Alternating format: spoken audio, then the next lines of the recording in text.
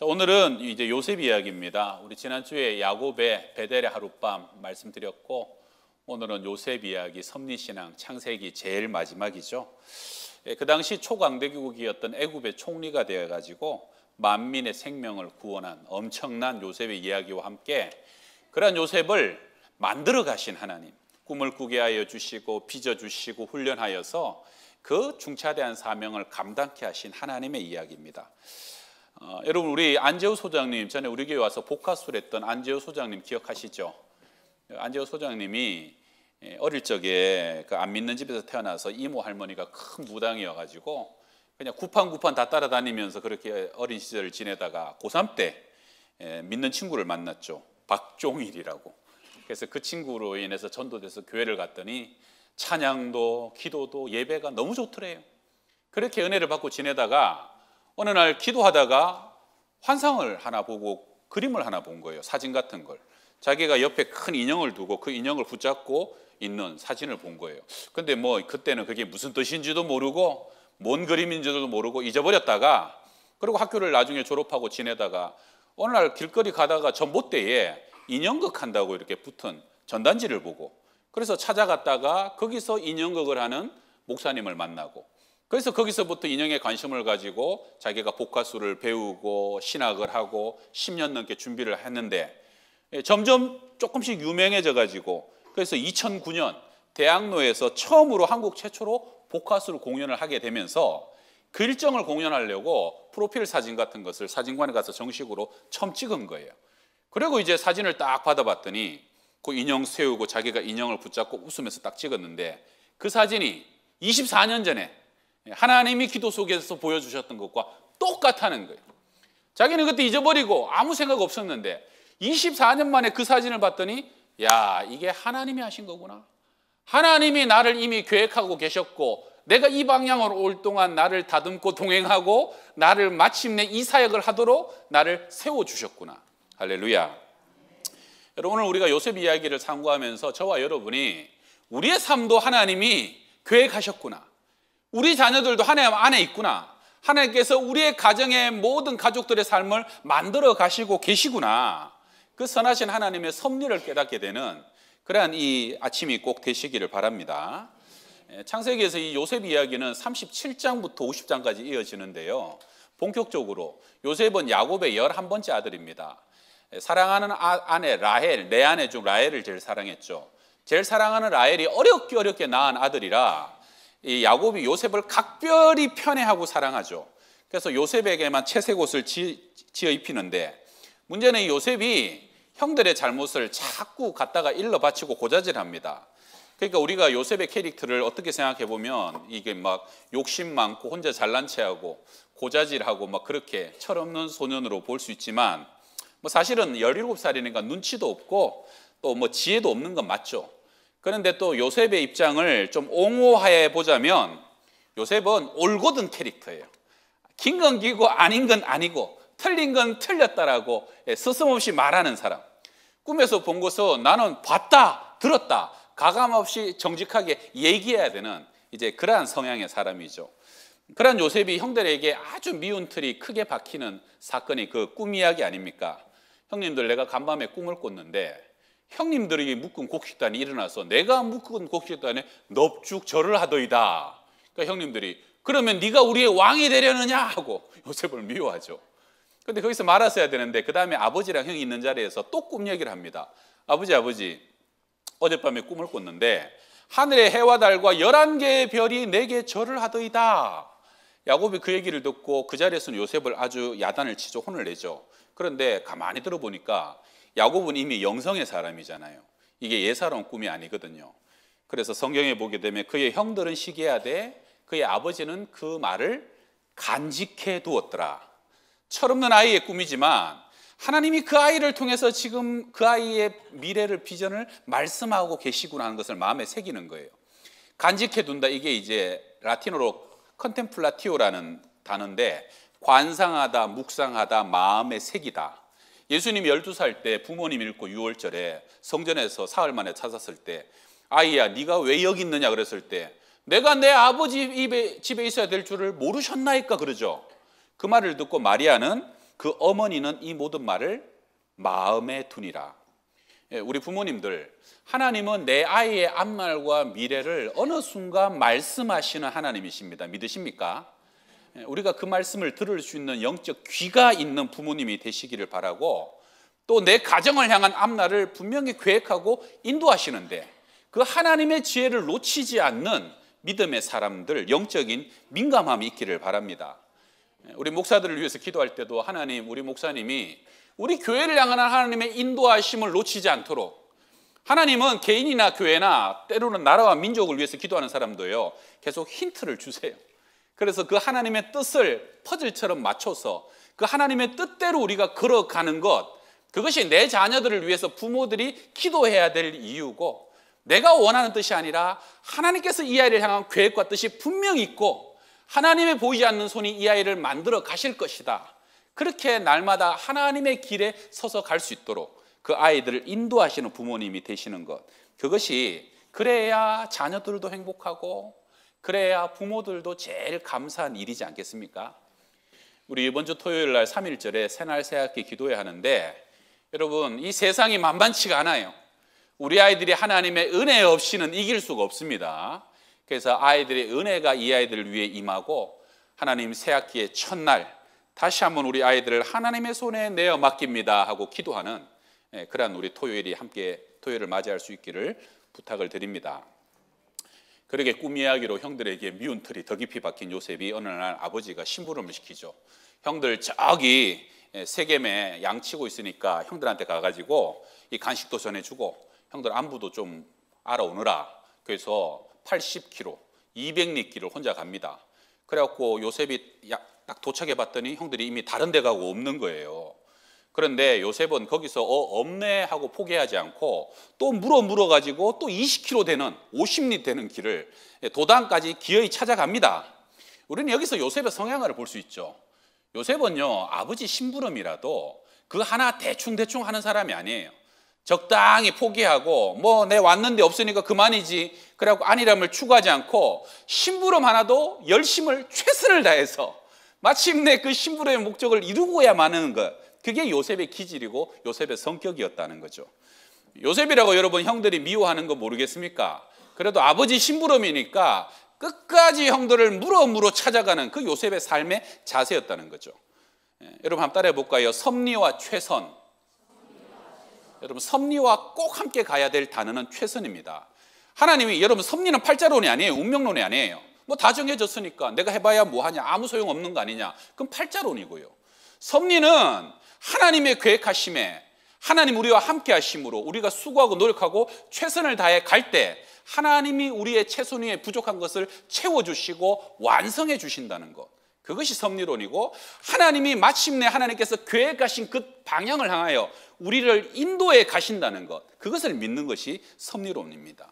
그래서 섭리와 최선은 동전의 양면과 같은데요, 요셉은 하나님의 그 섭리, 꾸게 하신 꿈 안에서 어떤 일을 만나든지 어떤 상황을 만나든지 최선을 다하는 사람이었기 때문에 하나님은 요셉을 향한 섭리를 온전히 이룰 수 있었다는 것이죠. 그래서 도단까지 형들 찾아갔는데 거기서 큰 봉변을 당하죠. 형들이 요셉을 애굽의 종으로 팔아버립니다. 은 20냥에. 처음에 큰형 르우벤은 그래도 구덩이에 던져놓고 동생들 안 볼 때 다시 건져서 구하려고 했는데, 르우벤이 잠깐 볼일 보러 간 사이에 넷째 유다가 이거 뭐 저렇게 죽이면 뭐하냐, 팔아먹어버리자. 그래서 애굽에 팔아먹어버리잖아요. 그러고 난 뒤에 그렇게 한번 팔아버리니까 다시는 되돌아올 수 없는 그런 악한 짓을 저질러 버린 거죠. 여러분 이게 지금보다 3800년 전의 일이에요. 3800년, 4000년 전에 노예가 된다는 건 뭡니까? 그때 노예가 되면요, 다시 자유인으로 되돌아올 가능성은 전혀 없습니다. 그 다음부터는 목숨도 재능도 그의 모든 것은 다 주인의 것이고, 심지어 결혼을 해서 애를 낳아도 그 자녀들도 대대손손 전부 다 노예로 살아가야 되는 거예요. 그러니까 형들은 요셉에게 정말로 악독한 짓을 저지른 것이죠. 그 다음에 형들도 굉장히 그것을 후회합니다. 나중에 22년의 세월이 지나갔고 요셉이 애굽의 총리가 됐을 때 형들이 곡식 사러 그 앞에 가잖아요. 요셉은 한눈에 보고 형들인 줄 알죠. 형들을 테스트하려고 첩자들이다라고 누명을 세웠을 때 그때 형들이 자기들끼리 히브리 말로 못 알아듣는 줄 알고 제일 먼저 뭐라 그럽니까? 봐라 이런 날이 올 줄 알았다. 그 20년 전에 우리가 동생 요셉이 살려달라고 애걸복걸할 때 그걸 듣지도 않고 그 못된 짓을 했더니 이제 우리가 오늘 그 죗값을 받게 되는 거 아니냐고 그 얘기를 처음 합니다. 팔아놓고 자기들 속에도 동생 죽인 그 엉어리의 죄책감이 평생을 사로잡혀 있었다는 거예요. 그렇게 팔려간 요셉은 애굽의 보디발의 집, 바로의 친위대장 집으로 팔려가죠. 거기서부터 이제 39장 이야기가 시작되는데, 여러분 요셉이 결국은 그 집에서 종살이, 옥살이 13년을 하게 됩니다. 종살이도 노예살이죠. 옥살이도 나중에 뭐예요? 강간 미수범. 그래가지고 옥살이를 하는데, 근데 희한한 게 그 집에서 사는 그 13년 동안 형통했다. 형통이란 단어가 몇 번을 나옵니다. 자, 39장 2절 보세요. 한번 읽읍시다. 여호와께서 요셉과 함께 하심으로 그가 형통한 자가 되어 그의 주인 애굽 사람의 집에 있으니. 여러분 노예 생활하고 종살이 하는데 옥살이하고 그것도 강간 미수범 넣는데 뭐가 형통해요? 여기서 우리는 이제는 형통이란 것이 뭐냐 좀 외워야 됩니다. 형통은 뭐냐? 첫 번째, 하나님이 함께 하시는 것. 따라해 봅시다. 하나님이 함께 하시는 것.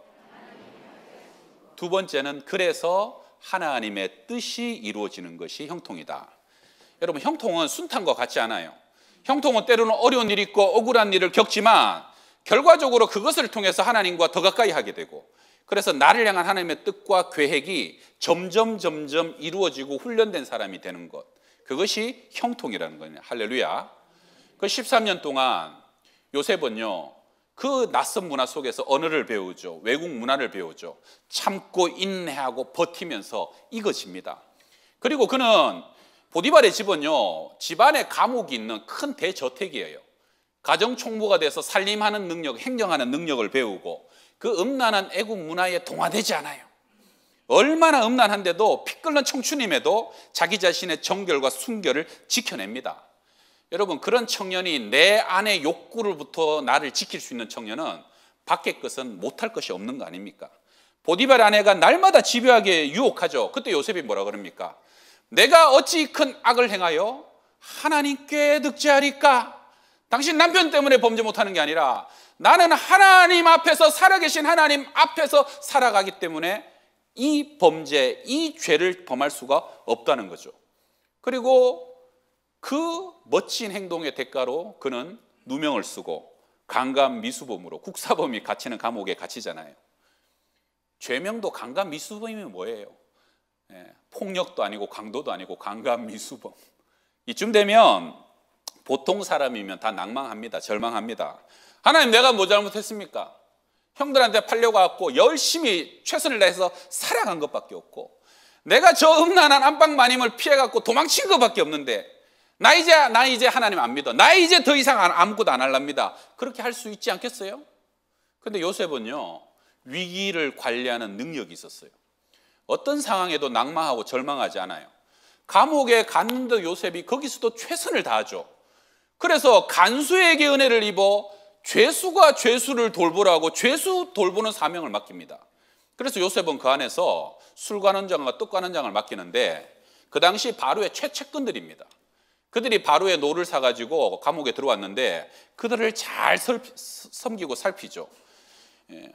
얼마나 최선을 다해서 그들을 돌봤는지. 또 옥 중에서도 요셉을 향해서 형통했다.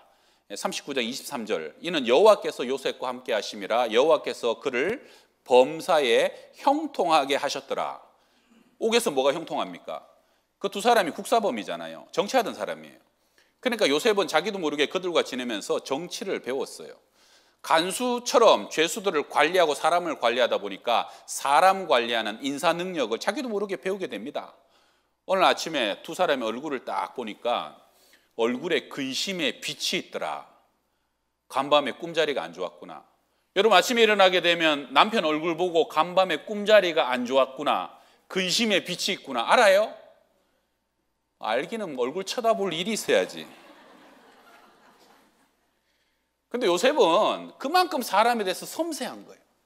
사람의 얼굴만 봐도 그 사람의 내면과 그 사람의 상태가 어떤지를 알 수 있는 그러한 역량을 배우고 있었다니까요. 그래서 그 꿈을 딱 해석해주고, 그래서 술관원장이 꿈대로 복직하게 되고 다시 높은 자리에 올라가게 되잖아요. 뭐라고 부탁해요? 당신이 잘 되거든 나를 꼭 기억해 주십시오. 그 술관원장이 복직되고 요셉을 기억합니까? 안 합니까? 해요, 안 해요? 사람은 기억 안 합니다. 사람은 다 까먹어버립니다. 화장실 들어갈 때 다르고 나올 때 다르고, 내가 호의를 베풀고 내가 선대하고 내가 그렇게까지 자기를 도와줬는데 이럴 수 있는가? 너무 억울해하지 마세요. 왜요? 하나님이 기억하십니다. 때가 되면 하나님이 갚아주신다는 거예요. 바로가 이상한 꿈을 연달아 꾸죠. 온 나라의 지혜자들 술객들 다 불렀는데 아무도 해석을 못하는 거예요. 그때 이 술 맡은 관원장이 그때서야 요셉을 기억하는 거예요. 그 옛날에 저 감옥에 있던 그 요셉이라는 청년이 내 꿈을 해석하더이다. 그렇게 바로 앞에 딱 서잖아요. 그리고 하나님의 지혜로 바로의 꿈을 해석하고 앞으로 7년의 대풍년과 대흉년이 일어날 것인데 이렇게 해서 대비해야 됩니다. 바로가 깜짝 놀라면서 뭐라 그럽니까? 우리가 어디서 이런 하나님의 신에 충만한 사람을 또 얻겠는가? 바로 그 자리에서 총리로 인정을 받게 되고 그 자리에 세우게 되죠. 여러분, 우리가 여기서 중요한 것은 요셉이 옛날에 꿈 한번 잘 꿔가지고 지금 임금님의 꿈 한번 잘 해몽해서 그 자리에 섰다고 생각하면 안 돼요. 만약에 그렇게 해서 선 것 같으면 뭐 일주일을 버티겠어요? 한 달을 버티겠어요? 그런데 하나님이 요셉은 그 옛날에 꿈을 꾸고 13년이라는 세월 동안 요셉을 빚어가시는 거예요. 요셉은 몰랐어요. 근데 하나님이 요셉에게 살림을 가르치고 거룩하게 만들고 사람을 다스리는 능력을 배우고 정치를 배우게 하고 위기관리 능력을 배우게 하고 하나님의 신으로 충만하게 했더니 사실 그때 애굽에서 만약에 과거를 봐갖고 시험을 봐도 요셉만한 인재가 없는 거예요. 참고 인내하고 버티고 하나님의 광야 훈련학교 속에서 내가 하나님과 동행했더니 어느 순간 걸출한 인재로 세워져 있더라는 거예요. 우리 야고보서 1장 같이 한번 읽어볼까요? 시작. 온전하고 구비하여 조금도 부족함이 없게 하려 함이라. 여러분, 인내하고 참고 버티고 기다리면요 어느 순간 사람이 첫째는 온전해집니다. 성숙해져요. 멋추어. 두 번째는 구비돼요. 이것은 컴플리트 꽉꽉 차서 빈틈이 없는 사람이 된다는 거예요. 하나님이 그런 인재로 빚어가신 거예요. 근데 그 하나님이 빚으시는 훈련 학교가 어디였어요? 입학은 종으로 노예로 입학하고 졸업은 전과자로 강간 미수범으로 졸업을 합니다. 여러분, 아무리 가정총무로 살았어도 노예는 노예일 뿐이고 아무리 죄수가 죄수를 관리해도 죄수는 죄수일 뿐인 거 아닙니까? 최선을 다해봤자 너무 구질구질하고 구차한 사람 아니었겠어요? 그러나 요셉이 훌륭한 것은 작은 것을 가치 없다 생각하지 않고 초라한 것을 비참하다 생각하지 않아요. 요셉이 진짜 잘한 것은 내가 여기서 좋은 노예가 되자, 여기서 내가 좋은 죄수가 되자, 하나님이 그러한 요셉의 중심을 보시는 거예요. 어떤 상황에서도 낭망하고 실망하지 않고 하나님 앞에서 중심을 가지고 하나님과 동행하는 요셉을 하나님이 계속 빚어가시는 거예요. 할렐루야. 할렐루야. 네.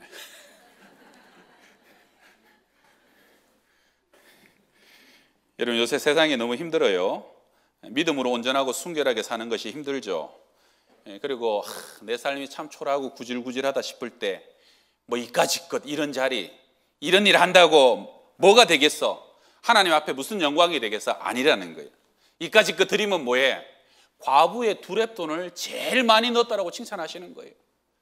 여러분, 세리가 하늘을 바라보지도 못하고 고개를 숙이고 하나님 앞에 기도하면 하는데, 여러분 거만해가지고 그냥 내 삶은 거룩합니다 하고 기도하는 바리새인보다 세리의 기도가 더 의롭다. 세리 마음속에는 내가 지금 이렇게 기도해도 돌아가면 또 죄 지을 텐데, 내가 또 그 삶을 살아갈 텐데, 내가 무슨 낯짝으로. 그런데 그 마음의 중심을 가지고 하나님 앞에 겸손하게 기도하는 사람을 하나님은 너의 기도를 내가 받았다라고 말씀하신다는 겁니다.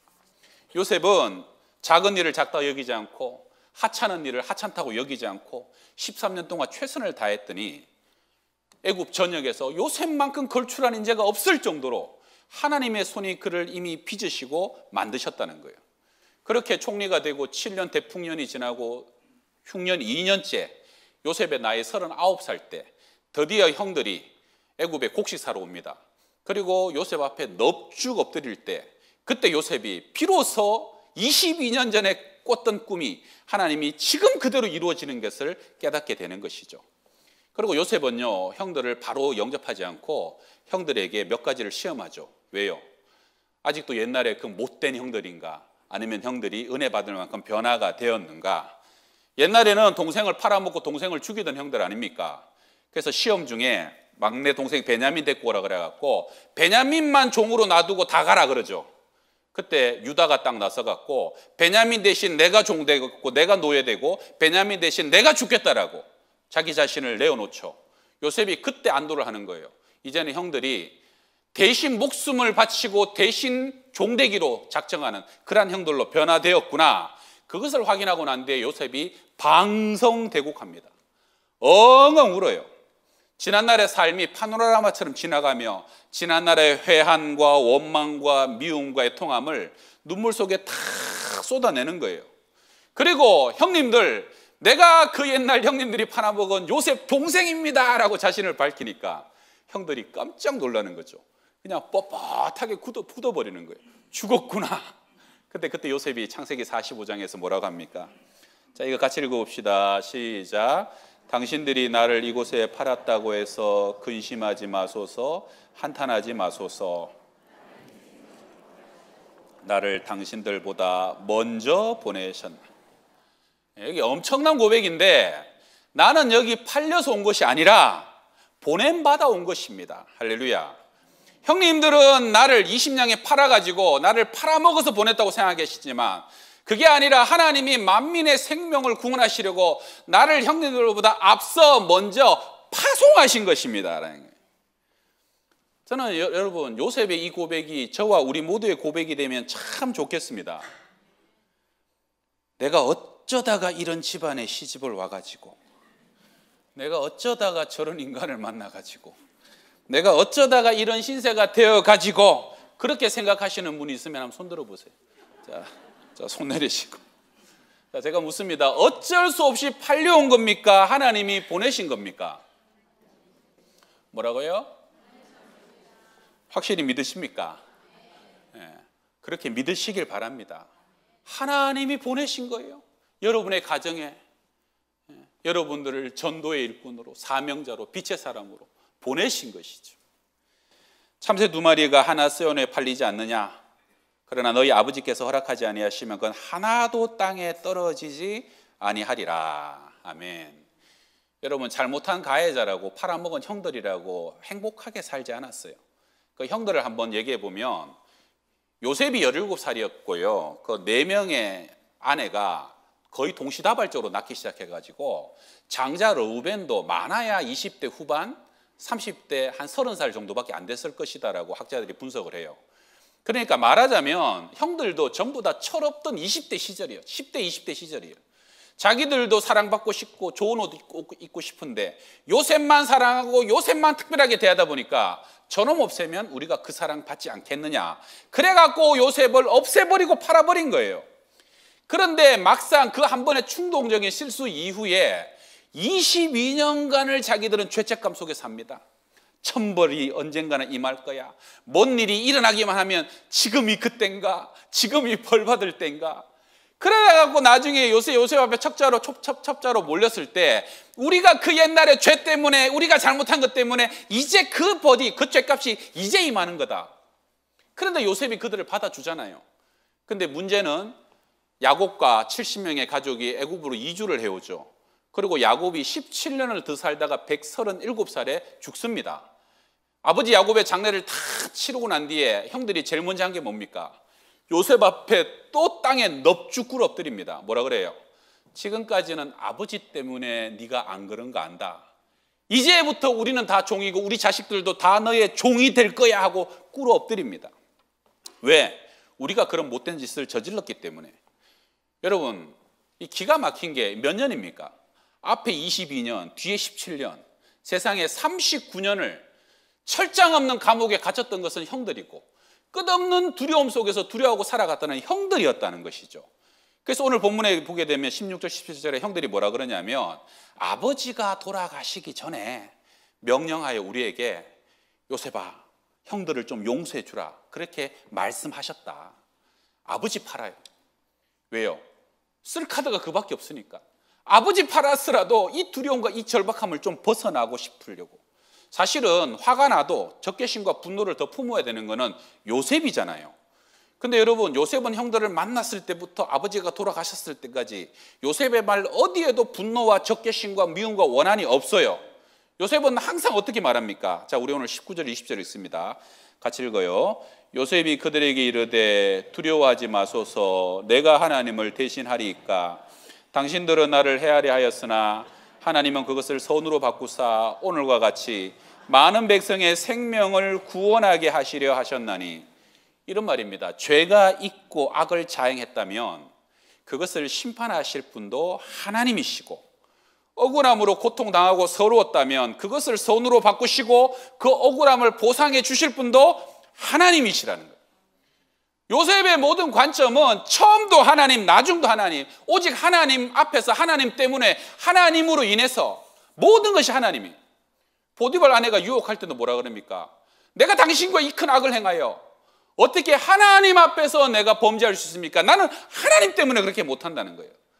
요셉은 그 오랜 세월 그 하나님을 믿는 믿음으로 버텼고 지금도 그 하나님을 붙잡고 있는 거예요. 그래서 여러분, 요셉이 고백하는 그 섭리의 하나님을 정리하면 하나님은 내 모든 인생을 주관하실 뿐 아니라 역사를 주관하시고 우리의 모든 인생을 마지막에 심판하시는 하나님이시다는 거예요. 하나님은 이스라엘 하나님만이 아니요 애굽의 하나님이시고 온 천하 만민의 하나님이시고, 하나님은 평화로운 가운데만 계신 하나님이 아니라 기근과 재난 속에서도 여전히 살아 역사하시는 하나님이시고, 그래서 사람이 때로는 팔아먹든 팔려가든 그 모든 잘잘못을 초월하여 하나님은 살아계셔서 악을 선으로 바꾸시고 하나님이 계획하시고 꿈꾸게 하신 것을 마침내 이루시고 영광을 받으시는 하나님이 섭리하시는 우리의 하나님이신 것을 믿으시길 바랍니다. 오늘 말씀, 본문 마지막 말씀 함께 읽읍시다. 21절입니다. 당신들은 두려워하지 마소서 내가 당신들과 당신들의 자녀를 기르리다 하고 그들을 간곡한 말로 위로하였더라. 아멘. 용서만 해도 충분한데 한 발자국 더 나아가서 형님들의 자녀들, 조카들 내가 다 기르고 다 책임지겠습니다. 이건 사람이 할 수 있는 얘기는 아니에요. 얼마나 하나님의 은혜를 철저히 경험하였고 하나님의 섭리를 깨달았기 때문에 당신들뿐만 아니라 자녀들까지 내가 책임지겠습니다. 이미 하나님의 나라를 땅 위에서 살아가는 사람이고 진짜 사람이 가질 수 없는 큰 가슴을 소유한 영적 거성이었기 때문에, 그래서 하나님이 요셉으로 하여금 천하 만민을 구원하게 하시는 그 당시의 사명의 사람으로 세우신 것 아닙니까? 이제 말씀을 마칩니다. 여러분, 생각만 하면 눈물 나도록 처절하고 억울한 과거들, 생각나면 이가 갈리는 그러한 사람이 있는 분들 계시죠? 섭리신앙으로 살면은 더 이상 과거에 얽매일 필요가 없고요, 과거가 나를 더 이상 붙잡아 둘 수도 없습니다. 섭리신앙은 오늘 현재에 최선을 다할 수 있는 깨달음과 힘을 제공하고 그 속에서 우리의 미래는 준비되어지는 것입니다. 여러분, 하나님의 섭리 안에 있는 자만이 용서할 수 있고 오히려 원수를 불쌍히 여기고 기도하고 그를 축복할 수 있는 겁니다. 세상은 여전히 숱한 부조리와 억울함이 가득하죠. 섭리신앙은 그것을 거뜬히 이겨낼 수 있게 하고 너무 사람 원망할 것도 없고 세상 원망하고 미워할 것도 없습니다. 내가 하나님을 대신하리까 하나님의 때가 되면 하나님이 심판하시고 하나님이 억울한 자를 신원해 주실 것입니다. 그 요셉의 하나님은 오늘도 살아서 저와 여러분의 하나님이시고 여러분의 가정과 여러분의 자녀, 우리들의 암울한 미래까지도 이미 준비하시고 우리를 인도하시는 하나님이신 것을 믿으시길 바랍니다. 그래서 하나님, 오늘도 우리는 하나님을 믿기 때문에 성실하겠습니다. 정직하겠습니다. 죄를 멀리하겠습니다. 하나님의 뜻이 이루어지도록 최선을 다하시는 저와 여러분이 되시기를 주의 이름으로 축원합니다.